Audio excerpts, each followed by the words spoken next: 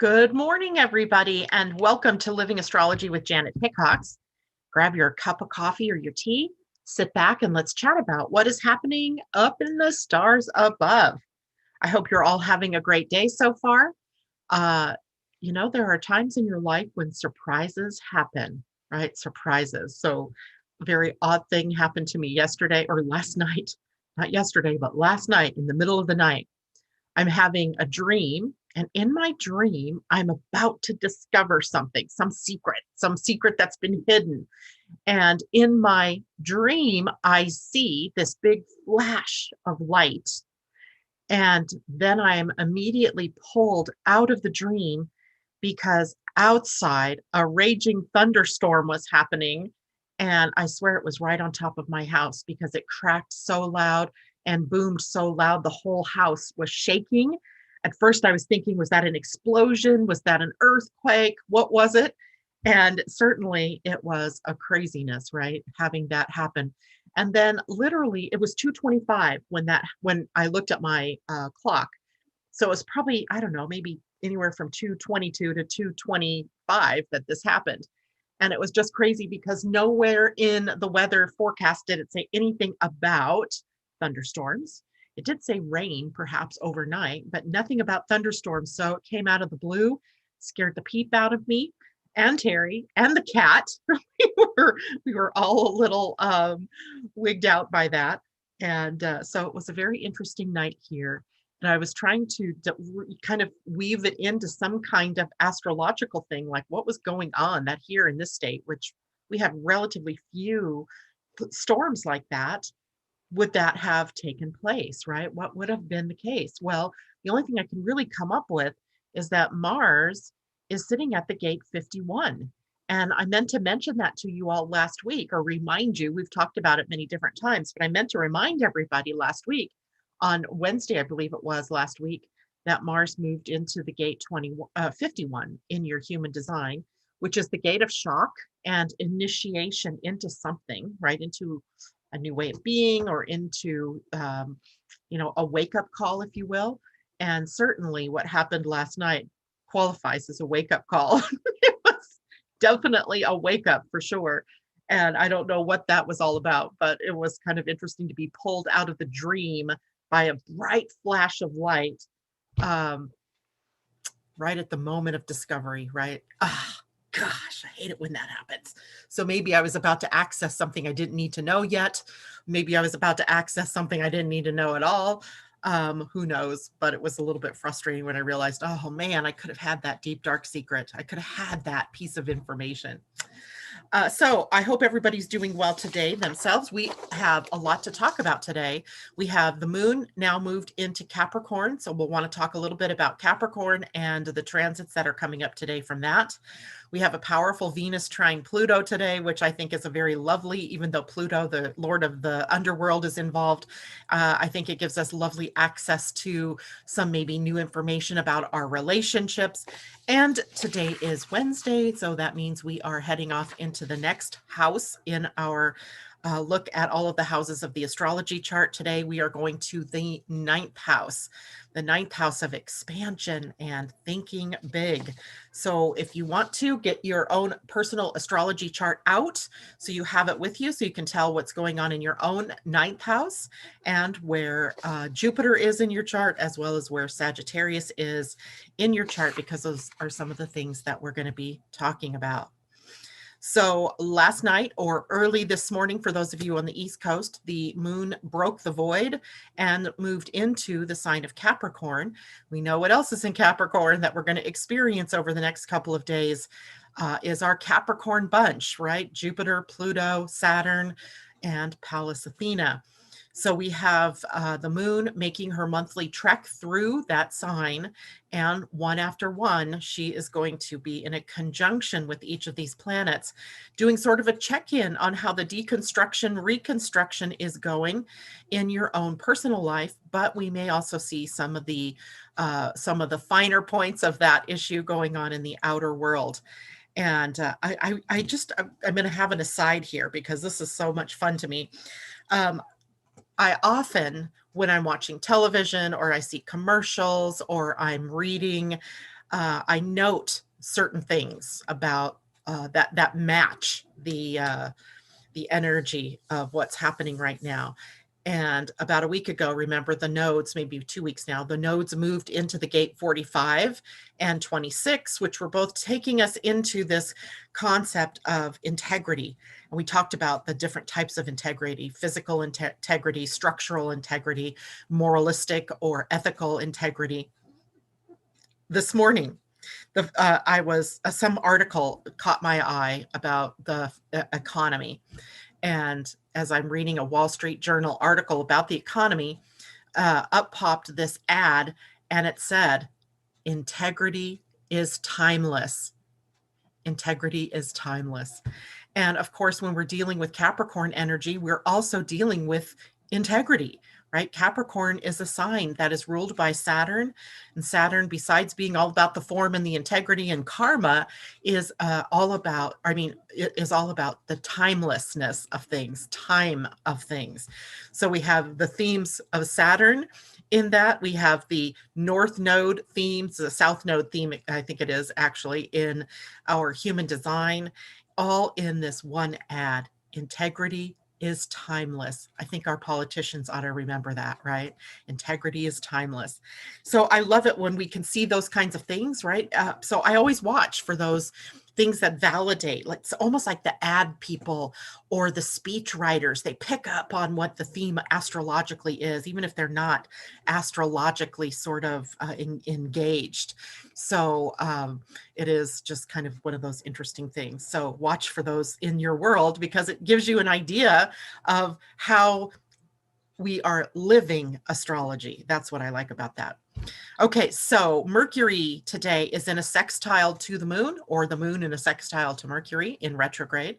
Moon is also in a trine to Uranus, and that is about our minds working quickly and also to create new pathways, new ideas, innovation.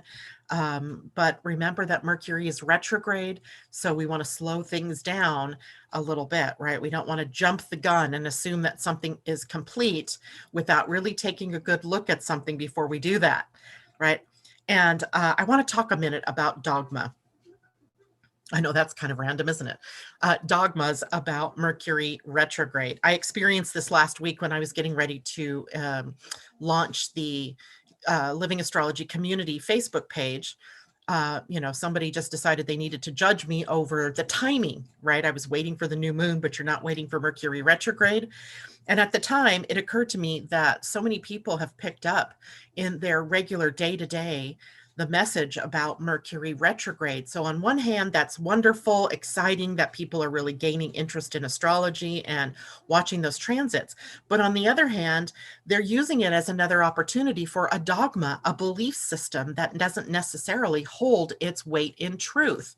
So while a Mercury retrograde does not favor jumping off and launching something new in a big way, and it does not favor necessarily starting a new business, it does favor going inward and checking in with yourself about something before you go out and do it. So in my mind, as I was looking at launching a new page or a group in this case, it wasn't something new like Living Astrology is now verging off into some new business. It was more just a new support page for the group that's here in the morning. So I want to remind everybody to go to that page, by the way. If you go to Facebook, just do a search for Living Astrology Community and request to join. There we can share of ourselves, of our work, and the things that we cherish and love. And so far, everything is working really well there. So I just want to caution you about the dogma of these kinds of transit. Yes, they play out. Yes, Mercury's in retrograde. And so we want to tread lightly when something is an opportunity for us to begin something. We want to tread lightly if we are getting ready to sign a contract. A friend of mine is purchasing a truck and selling one and purchasing another. And, there was concern there about Mercury retrograde. And the way I said it was, well, it's appeared in your outer world right now, right? You have to contend with it one way or another.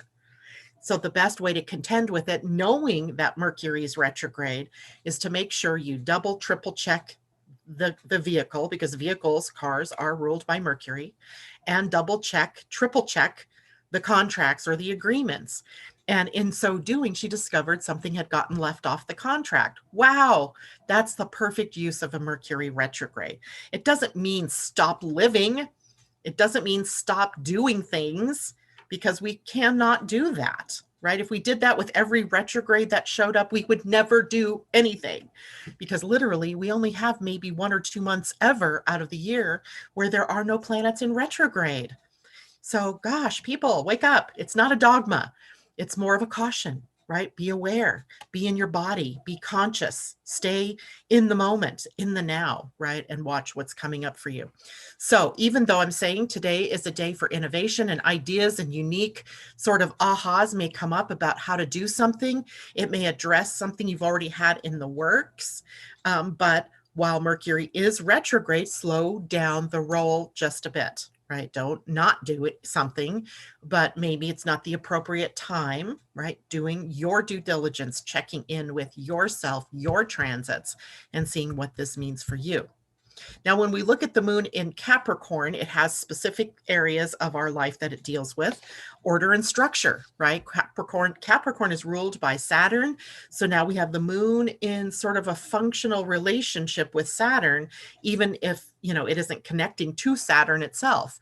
So we may feel a little bit more low energy. We may have some more creative energy just sort of sitting inside of us, waiting to come out. But today's focus, or the next couple of days' focus, is on career and profession, claiming your authority, being authentically you, right? And in that, of course, is success and recognition, especially when you are in receipt of a job well done. You may hear from others, that was a great job, you did great, thank yous, those kinds of things, gratitude towards you for having done a job well. Our authority figures are also prominently playing out a role during this period of time. So we have order and structure, careers, professions, we have goals and ambitions.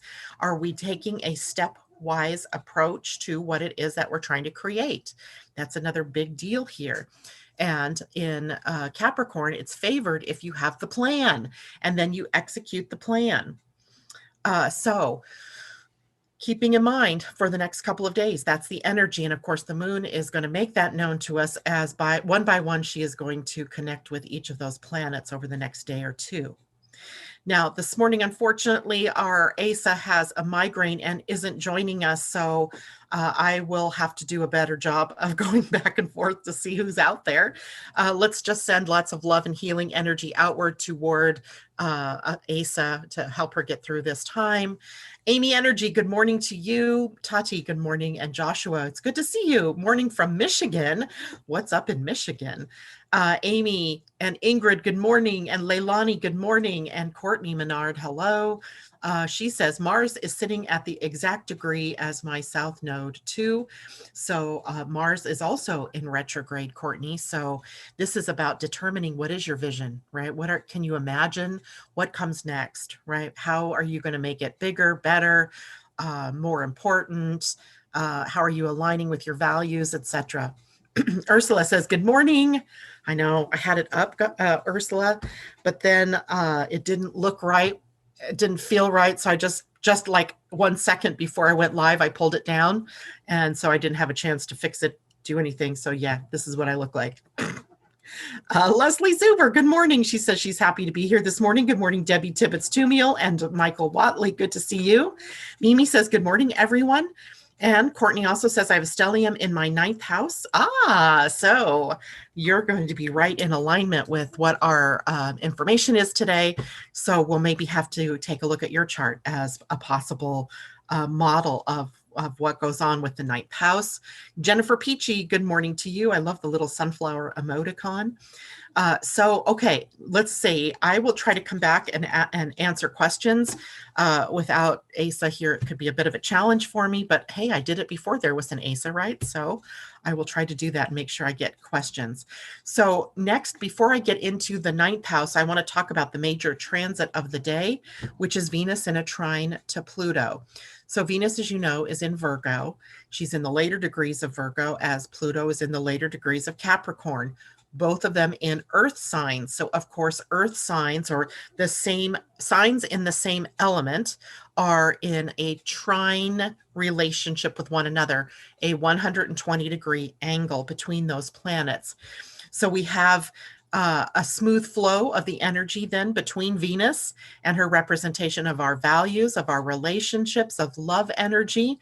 And we have then that flowing nicely with Pluto, who's very transformational, but as well taking us through the darker underworld side of things, right? Seeing the underbelly, if you will. So today, then, Venus in a trine to Pluto is going to be about our deep connections that we have to the people that we're in relationship with. What are our deepest desires in partnering or coming together with the people in our lives? And addressing where we're out of alignment with that. So we can do this as an individual process, right? Asking that question outright. How can I, what are the deeper parts of this relationship that aren't being fulfilled? Or what deep parts of myself are being fulfilled in this relationship, right? Great questions. But we could also see where things are happening in the exact opposite. What parts of myself are not being fulfilled in this relationship? In other words, what's up to me to fill, right? Because you can't keep looking outside of yourself for other people to fill you up. But your relationships and the people in your life can show you where you still have maybe a void that you're trying to fill. And then it becomes your job to do that. That way we have healthy relationships and not relationships built on, in the Course of Miracles, which would be conditional love and not unconditional love. Now, also, what do you most cherish and love in your life?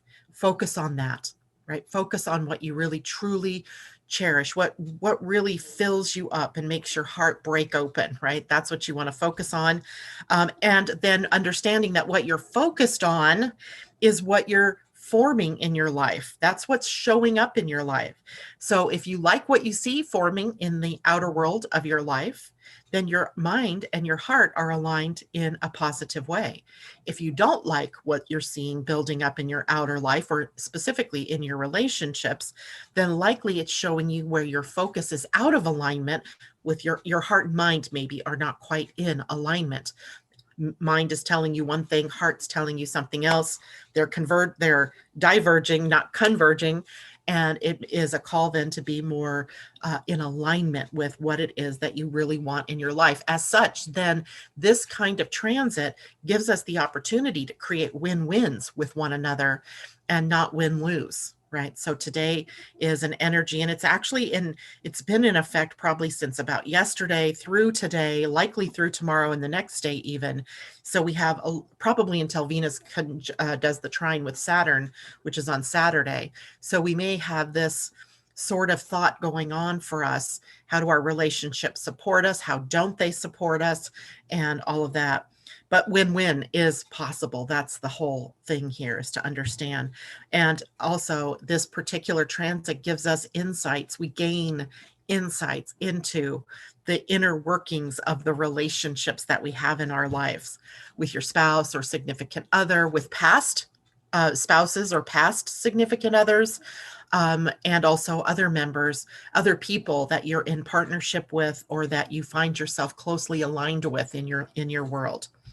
So that's a very powerful transit, and keeping in mind it's all built on love, right? Venus, love energy. Before we get into the ninth house discussion, I also want to address today's Pleiadian-Earth energy. Today we have moved into the 5 energy of moving. So today is a day where it will be hard to sit still, where things may happen one after another. Where you may feel like moving, changing, transforming, all of those kinds of words come up with the 5 energy. That's the universal energy of the day. And then as well, the earth energy for today is being. In the Mayan calendar, and in the Pleiadian calendar, both, it's the first sign of the earth energies, or of the day signs in Mayan. And in the Mayan calendar, it was Inish, the cosmic crocodile, who gives birth to the universe or to the cosmos, right? So this energy is very initiating. This is the energy of beginning something or birthing something. But likely because we have planets in retrograde, it might not be time to actually put it out there, but it may be time to really build it, right? Nurture it, bring it to get the ideas for it together. Maybe building it on the inside and getting ready to bust it out here in the near future. So today's energy is really creative. It's very nurturing, but it can also be a call to look at where you are being smothering in your life, where you're loving something to death, loving something so fiercely and so harshly that you can't let go. Right? We do this sometimes as mothers with our kids, right? And then it's hard for us to let go, back up a little bit and just be objective. I have 4 kids, and at various times I've had to remind myself they're on their own life path. And I can, I'm here when they come and ask me for advice, but it is not my job to tell them what to do or where to go or how to do it.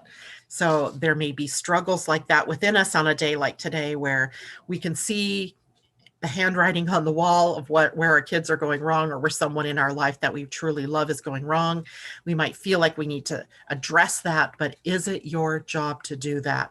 Were you invited in to do that? Were you asked to join in with that? So watching out today for, on one hand, the nurturing aspect of life, but also the possibility you might overlove, over nurture, or smother. And of course, also recognizing that today's a day of moving. I feel like I need to keep my hands moving. My body moving. I want to, just swing in my chair, stuff like that, right? So it's a day of action and motion. Okay, going back over here to YouTube, and let's see, questions, comments. Rueda, good morning to you. Leilani says, take care of business like a mama crocodile. In other words, they are great mothers. Yeah. Joshua says, took the week away to enjoy the Venus aspects on Lake Michigan, surrounded by the stirrings of fall, traveled during a Sagittarius moon.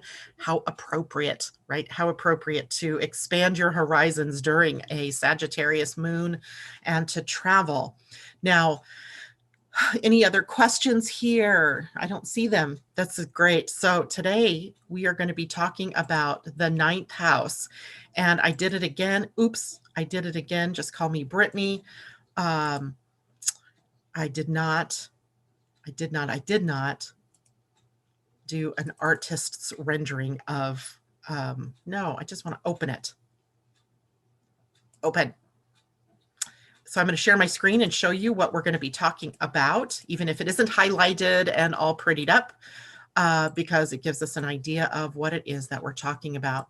So we've been going house through house, right? We started over here at the first house of self and your appearance and your viewpoint, moved into your resources, how you earned money, how you dealt with the I have aspect of life. Then we moved into the 3rd house of the mind and of thinking and communicating, over to the 4th house of home and family. So we're building on the relationships that we have with one another in life. Romance in the 5th house, and love and creativity and taking some risks, putting your little butt out there on the line sometimes to get ahead in your life. The 6th house of your body and your health, and how you have your gifts and talents applied outward into the world through service. Then we crossed the horizon, the descendant line, into the more social aspects now of our houses, where we dealt with the 7th house of relationships, partnerships, both business and personal. So marriage, significant others, boyfriend, girlfriend, also enemies were in this area. Contracts that we sign, the agreements that we make with one another. It very much reminded me of the 4037 channel in Human Design, which is about how we come together in community, how our relationships support that. Then we moved into the 8th house last week, where we talked about intimacy, sex, death, and rebirth, as well as joint finances and how we shared of ourselves and our resources with one another. So today we're moving up into the 9th house. The 9th house is a house of expansion. It's about thinking big, living big, being large and living in an expansive or a growth focused area. So this is the house that we often think of as travel, but not short distance travel. That's more the third house. So this is further than, say, 500 miles or even 1,000-mile journey. So for example, Joshua, your trip, I can't remember where you live. So forgive me there, but if you traveled more than 500 miles during the moon in Sagittarius, that happens to rule the ninth house, you were participating in a ninth house adventure, right? Moving from one place to, or traveling from one place to another. This is the house of philosophy and higher education. So our religious beliefs, etc., come through here. And it is also the house of ethics and the law. So we have some other interesting correlations there with the ad I told you I saw this morning about integrity being timeless, and they should also take their words at face value and start to live according to that as well, putting their business models in that same vein. So we have this theme going on here that matches our human design south node right now, reminding us at the gate 26 about being ethical, about being in integrity. All right, so that's a picture of where it is. So in your own chart, the ninth house is approximately at, what would that be, 1 o'clock, the 1 o'clock position of the chart. Whatever sign you have there becomes the source of the ruling planet for your ninth house. So maybe we'll take, it looks like we might have time after we finish talking about the ninth house to maybe take a look at a couple of charts and the ninth house. So yes, okay, fine. So when we talk about the ninth house, we're talking about things like luck and fortune. And that's because the ruling sign for the ninth house is Sagittarius, and the ruling planet for the ninth house is Jupiter. So that would be in the natural wheel of the zodiac. So if you have an Aries rising, for example, then the ninth house for you is in Sagittarius. So your own personal chart is running with the natural zodiac wheel. But for far and away, most of us are not going to have Aries on the rise, which means that whatever sign you have on the rise puts a different sign than Sagittarius on your ninth house. So then you also are going to want to look at to what house Sagittarius is actually in your chart, because there's going to be a relationship between the house that Sagittarius is in and the effect it has on the ninth house of your astrology chart. And don't get totally confused. We'll look at that a little bit deeper when we start to look at some charts with this in it. Okay, so as well as luck and fortune, we also have long distance travel. And it's more than just the long distance travel, although that's a big part of it. It is also the fact that when we deal with long distance travel, we're dealing with cultures or societies that are completely different than ourselves. So you might say, for example, Josh, if you're from New York, and I don't remember where you live, but let's just make it up and say you're in New York, might be Massachusetts, don't remember, that the culture and the people that you deal with there are completely different from the culture and the people that you might deal with in Michigan.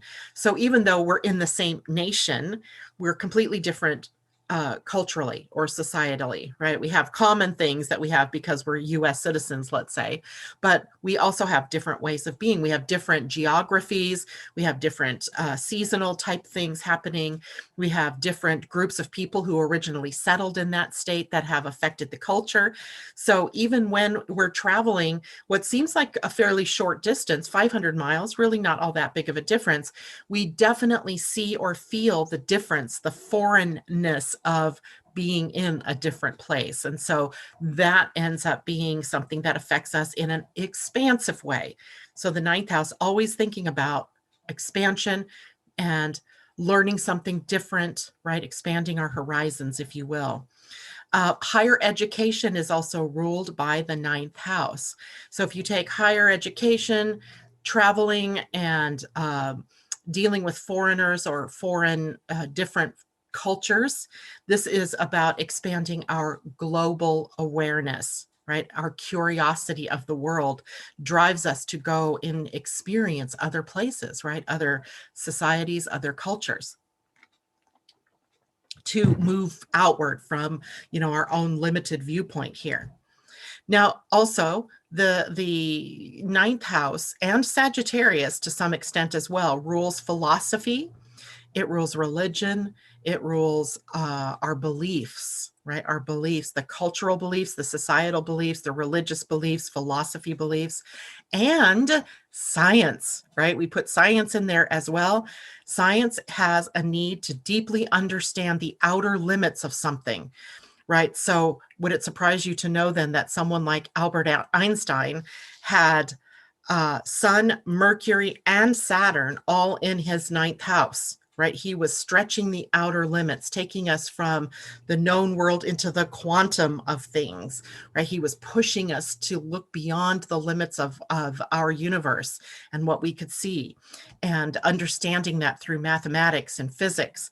So someone with a lot of planets in the ninth house may have very distinct needs to expand in their belief systems and in their study of a particular subject.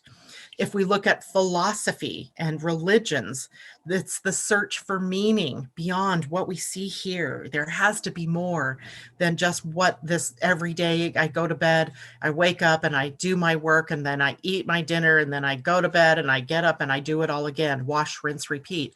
There has to be something more than wash, rinse, repeat. So the search for meaning. And then religion also here helps us understand that the energies of what feels bigger to us. So that idea of the cosmos and of a creator, that where did all of this come from, right? How did we get here? Why did life arise here on this planet? So Sagittarius and the ninth house takes us into those bigger questions, and belief patterns get set up by what we see as the meaning.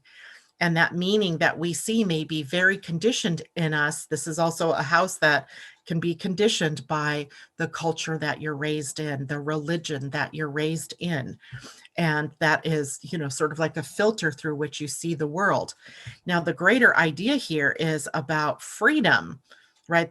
There's freedom in the sign of Sagittarius, the freedom, the bigger T truths, but often that we take the freedom to believe a certain way, then we freaking turn it into a dogma, and then we try to make everybody on the planet believe the way that we do or live the way that we do.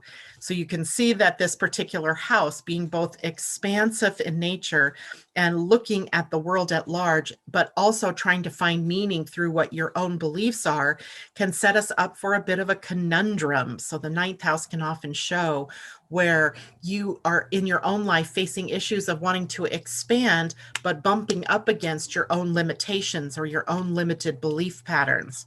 And we see the struggle mightily in the world, right? Between different cultures, any kind of war, besides the fact it might be something, a fight over resources, also has some ideals that are different, right? There's a war of the ideals or of the belief systems, and that can affect us all. So enter in the reason why the law is also a part of Sagittarius and the ninth house. We have a sense of freedom, right, with that Sagittarius energy and that larger view of life, right? But what happens if you overexpand, right? Because of the expansive nature here. So to address the issues of overexpansion, we instituted laws, right, to stop ruthless corruption or ruthless ambition, greed, etc. And then we have laws that help to provide a sensible growth, right, of society, as well as proper productivity, whatever that might mean for each different society. So we have laws as a part of the ninth house to keep a sort of checks and balances on how expansive we can become. Because often that expansion, we see this all the time, right? You give what is that saying? You give an inch and they take a mile kind of thing. It's the ever overreaching nature of expansion, right? So we have to have the laws here to keep that in checks and balances, right? which is why when we take away protections on the environment, immediately corporations take advantage of that, and they begin to pollute, and they begin to do things that, using chemicals that they know they shouldn't use, etc. So when we face environmental issues, for example, it's a ninth house issue, because it's about keeping the laws in place that help protect the general population. And we work on this together. This is a sign and a house of adventure and exploring, right? That sense of freedom, of wanting to expand into the world, also gives us that want to explore, to go to the very edges. It's what's driven humankind forever in our westward expansion on the planet over time, and then eventually our expansion out of our world and into space, into the moon, and then beyond, right now going to Mars. And we actually have a lander right now on an asteroid called Bennu, where they're exploring, bringing back the contents of that asteroid. So our need to explore and to keep pushing those outer limits are also a part of the Sagittarius ninth house experience. It's almost as if you think about the westward expansion, it's about those wide open spaces. Sagittarius and the ninth house loves to go out where it's wide and open. They're your hunters, perhaps, or your wildlife people. Someone, who was I talking to the other day that was a wildlife, a forester. So people that live in the outdoors maybe have an activated ninth house, and they're exploring through those wide open spaces. But this is also a sign or house that rules publishing, broadcasting, and mass media. So when we're talking about that, think of the expansive nature of that. I come on here in the morning with a message that at one point I could give to maybe people I did readings with, which would be, a certain finite number of people. But now with a broadcast, my voice reaches, I don't even know how many people it reaches, through downloads and etc. So broadcasting, publishing, right? You publish your thoughts in a book or in an ebook of some sort. You put your words out there and other people pick it up, and those ideas then have expansion, right there. That's why this is a ninth house issue. Mass media, its very name, right? Mass media, taking it out to the masses. It also reminds me of when we sent up Voyager. And we may have done this at other times too, where we put out a message, a broadcast of our voices here on the planet, of the voices of children, of what at that time, like a time capsule of what was going on our planet. And we send it out to the stars. We don't know who picks that up, how we are seeding, if you will, the seeds of visitors coming to visit us or what have you. So very expansive in nature, and it's a natural part of who we are. Now, planets in your ninth house. So Courtney, you had a list of planets that you said are in your ninth house. They show us where ninth house themes are going to show up in your chart, or how they're going to show up.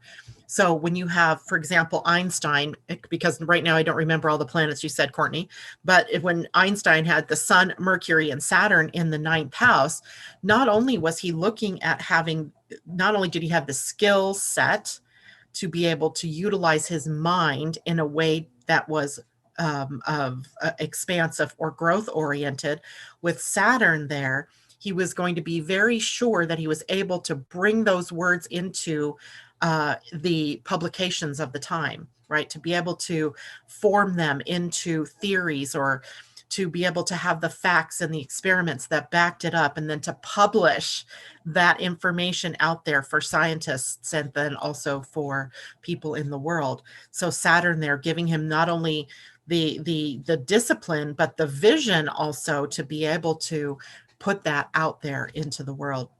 So for example, if you have Venus in your ninth house, it could show how relationships for you are a dynamic with other people from other nations. My daughter's a Sagittarius, and she was very drawn to other than white when she was a baby, when she was young. And she ended up, her first husband was of Hispanic orientation. And so she was drawn to these people from cultures outside of her own. A lot of times Sagittarius or Venus in the ninth has you being in relationship with people that are from those other cultures. And let's say you had Neptune in the ninth house, that could be expansion and growth into the spiritual or religious experiences of life. So the planet can tell you a little bit about what are those experiences going to be. And the sign on that house can tell you a bit about how you feel about expansion and how you go about expanding in your life. For example, if you were someone with a Capricorn on your ninth house, you may feel more expansive in business or by enacting structure and form to support your expansion. The saying, climbing the corporate ladder might apply there if you had a Capricorn ninth house, because you're moving up systematically through the system or through the organization that you might be a part of.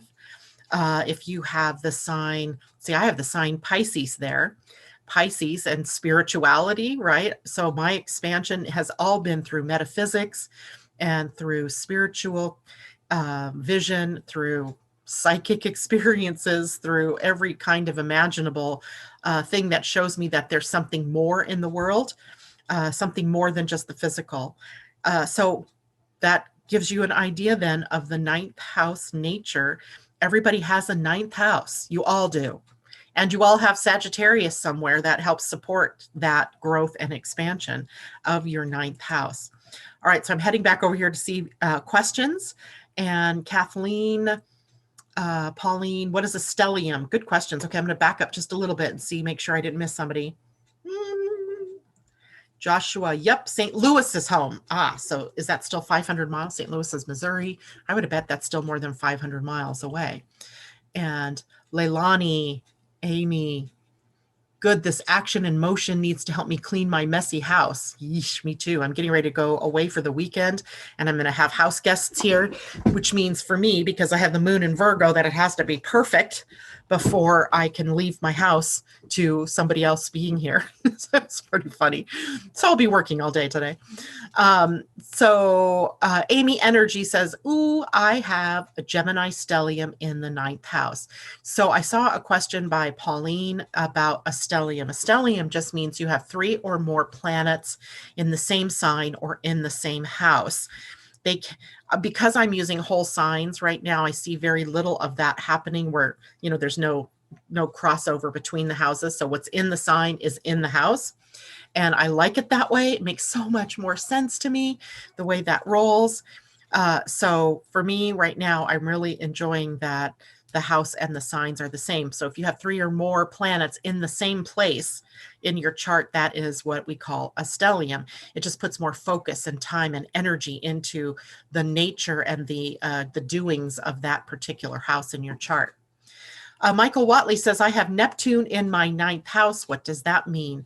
Likely Neptune in what sign, Michael? Because I don't have a clue how old you are. So I'm guessing Neptune might be in Scorpio for you. Let me know what sign, but no matter what, Neptune in the ninth house would mean that you have a very spiritual orientation or a very religious or a very beliefs oriented nature here. Now, we primarily focused on the positive aspects of all of that ninth house. There are also some of the more negative aspects here that pop up. Self-righteousness, right? Getting so inured in your own belief system, your own dogma, that you can't see that there are bigger beliefs out there, kind of being more closed-minded than open-minded. So depending on the sign here, Neptune is either having you take a look at all the different forms of the great religions, of the great philosophical beliefs, of psychology, of science, or it has you very limited and only looking in one direction. So depending on that sign. So maybe you can tell me what that sign is and I'll look at that in a minute. Pauline or Kathleen Mallory says, I've got quite a crowd in Leo in the ninth house. So when we think of Leo, we already see that that's a dramatic kind of placement for Leo. It is fire energy that matches the Sagittarius ruler of the house. And then the planets there are all helping you. So you might be expanding in several different directions in this lifetime, which might make it hard for you to really focus on what's real and true for you in this life. And I think I also saw later that you said you had a Sagittarius rising.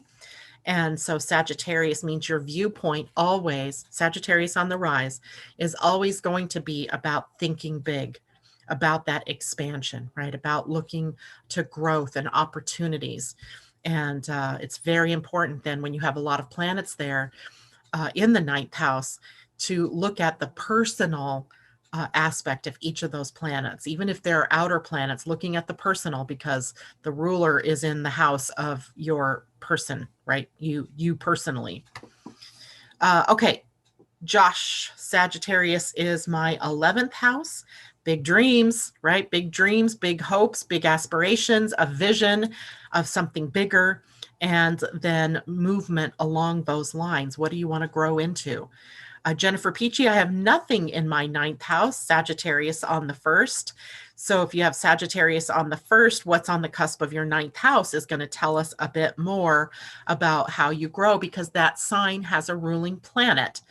So let's say Sagittarius on the, is going to put Gemini on the 7th. The 8th would be Cancer. So likely you have Leo maybe on the 9th. And well, that would be the same as Kathleen then, right? So if you have Leo on the 9th, the planet that rules Leo is the sun. So a lot of brightness in your ninth house if you go out searching and exploring and adventuring. And depending on where the sun is then in your chart can help you decide like what area of life are you adventuring in toward. Let's see. Pauline, Sagittarius ruled by ninth house, Jupiter, nothing in that house. Again, you may have nothing in that house, but it doesn't mean that you have nothing going on there, because every house has a ruling planet, and that planet is somewhere in your chart, stirring the pot, if you will, about what kind of, in this case, growth and expansion you're interested in, or what direction you might what your beliefs might be around expansion, a global, where's your global awareness, right? All of that can come up even without a planet sitting there. Leilani, what does Lilith in Leo in the ninth house mean? Interesting, Leilani, because I was looking up Lilith this morning because I also have the Black Moon Lilith in Leo, and today she's moved into Taurus, right? She has been in Aries for the last 9 months. Now she is going to spend the next 9 months in the sign of Taurus. And Taurus, Black Moon Lilith, might trigger shadows around fear of lack, of prosperity, issues around abundance, of self-worth, finding ourselves not worthy of having what we desire. So there's a shadow that we'll have to deal with there about really anchoring in our dreams and so forth. And a ninth house, a Leo, Black Moon Lilith, deals with issues around being seen and visible in the world, being egoic, like an ego that wants to be seen, but then also pushes back and says, nope, let's be invisible. So issues around the ego are always possible with the shadow of the Black Moon Lilith. And interesting, you guys, tomorrow I think we'll have a deeper discussion of the Black Moon Lilith, but she's going to come into contact with Uranus here in the not too distant future. And our shadows around prosperity and the economy and the banking system and all of that are going to come together. Hopefully not in an issue in the economy, but likely it will be. How else do you deal with the shadow? You experience it, right? So it's a time, I think, that tells us all to be a little more conservative with our money, and to save a bit for a rainy day, if you will, not out of fear, but because it's prudent. Okay, that's just something for the future. Kathleen Mallory says, I have Mercury and Pluto and several things I do not recognize in the ninth house in Leo. We answered what the stellium is. Leilani, ruthless ambition. I like the sound of that. Ruthless ambition. I kind of like the word, I don't like the word ruthless necessarily, but I think it can really be of a service to us when we think about being ruthless in our focus on how we serve others, right? Being ruthless in how it is we want to show up in the world. But in the sense of ruthless ambition, I think that's been more of a shadow on the planet. That is something that laws were meant to prevent, right? That runaway ruthlessness where it was a free for all and everybody's out there utilizing all the resources and, that kind of thing. So, yeah, that's how that was meant to be. Cornelia, good morning. It's good to see you out there. She says, everybody hit the like button. You're my JLo today. Thank you very much. If you're liking the video, if you like learning about astrology, please hit the like button or the thumbs up button. And if you have not yet done it, please hit the subscribe. And there's a little bell right next to the subscribe button that helps you get notifications of when I'm on live. So you can have that today. And thank you, Cornelia, for bringing that up. She says, you were talking to me. We were talking about my client who used to be a forester. Yes. Hi, Janet. Hi, Janet's tribe. Thanks for sharing. Indeed. So in forestry, or someone who works for the Department of Natural Resources, or someone whose focus is in the land or in the wide open spaces may have a very powerful ninth house playing out in their chart.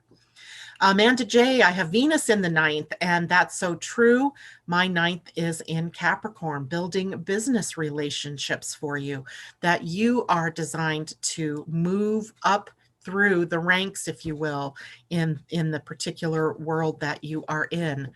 And possibly having people that from a global perspective that help you get that, achieving those goals. So very definitely for you, Amanda, you have to have goals. Right? You have to have goals because you need that stepwise progression to be able to get there, to see how you're moving up or expanding in the world. Michael Watley says, I have Scorpio in the ninth house. I was wondering about that. I just had the sense that you and I were about the same age, and I have Neptune in Scorpio as well. Neptune in the ninth house, again, you're looking at the darker, deeper, occult-ish truths, right? You want more than just what's on the superficial. You want what's in the depth, right? You may be involved in depth psychology or in some form of digging into and looking at the underside of things as well as the outside of things. Because in your case, perhaps you're also, while your philosophies and your beliefs and your expansion is about Neptune things, right? Spirituality, you also have Scorpio there where it's digging into the deeper aspects of things. So you might see how that plays out in your life. How does that feel to you? J-Lo, Salacia is there in her ninth house, is on Aquarius, very broad-minded. Also, though, needing to deal with people, right? Your expansion comes through the networks, through the people you know, through your working with groups of people, not just individuals. So there's that way for you.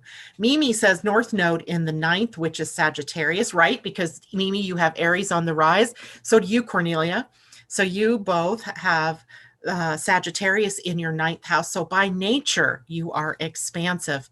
By nature, you kind of get lucky and you are fortunate. You deal with or feel like, well, for one thing, Cornelia, you were born in Germany and you're now living in the US, right? You've been here, since you were 13 or so? So you have been dealing with a foreign country, a foreign society to you from your natural place of birth. The law, religion, beliefs, all these things here, adventuring, exploring, are all very strong characteristics that each one of you carry.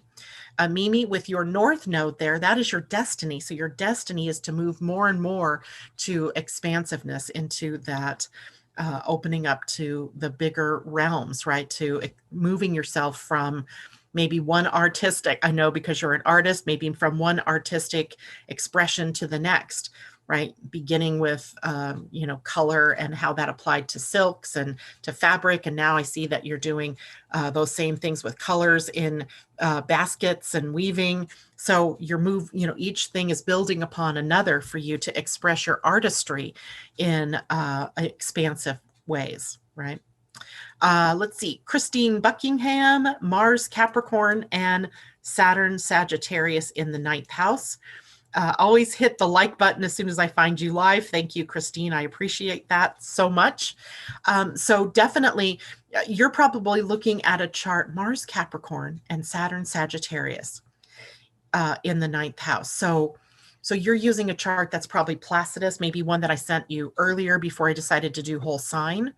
So hard to say. Likely your Sagittarius is on the 9th house, so I would bet that all of Sagittarius is in the 9th house, and that means you have a very powerful connection to growing again through a stepwise progression, moving up the ladder, so to say.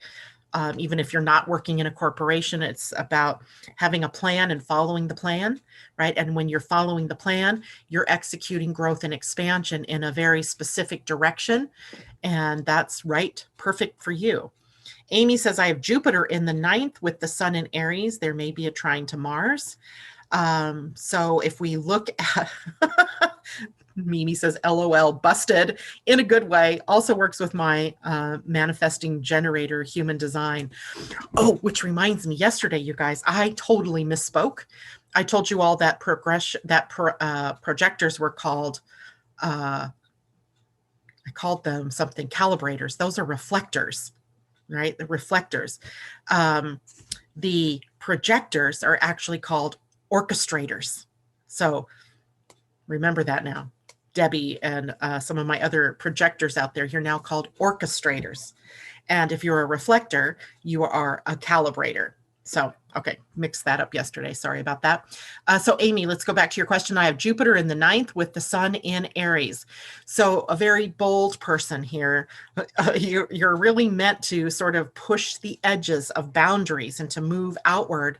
That is totally acceptable for you. I wouldn't be a bit surprised, Amy D, if you were likely a manifester or it had very powerful growth orientation in your human design as well, pushing the boundaries. Jupiter is the ruling planet of the 9th house. So it has a lot of power there to drive your exploring, your adventuring into the world in whatever direction that might be. It might be publishing and broadcasting and mass media, and that would be perfectly appropriate for you. Okay. Any other questions there?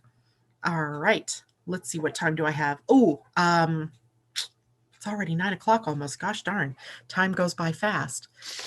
Well, that gives you a great idea of what your 9th house is. And take a look, see what the sign is there. That's going to give you a better idea of the qualities of which you appreciate in expansion. And then look to see what planets are there and what kind of events and things that you do that follow along the lines of expansion. And next time we'll take a look at people's charts and get a better idea of how that's playing out. All right, guys, that is it for me today. Thank you again. Again, please hit the thumbs up button, hit subscribe, and the bell if you want notifications. Have a great day, everybody. Bye for now.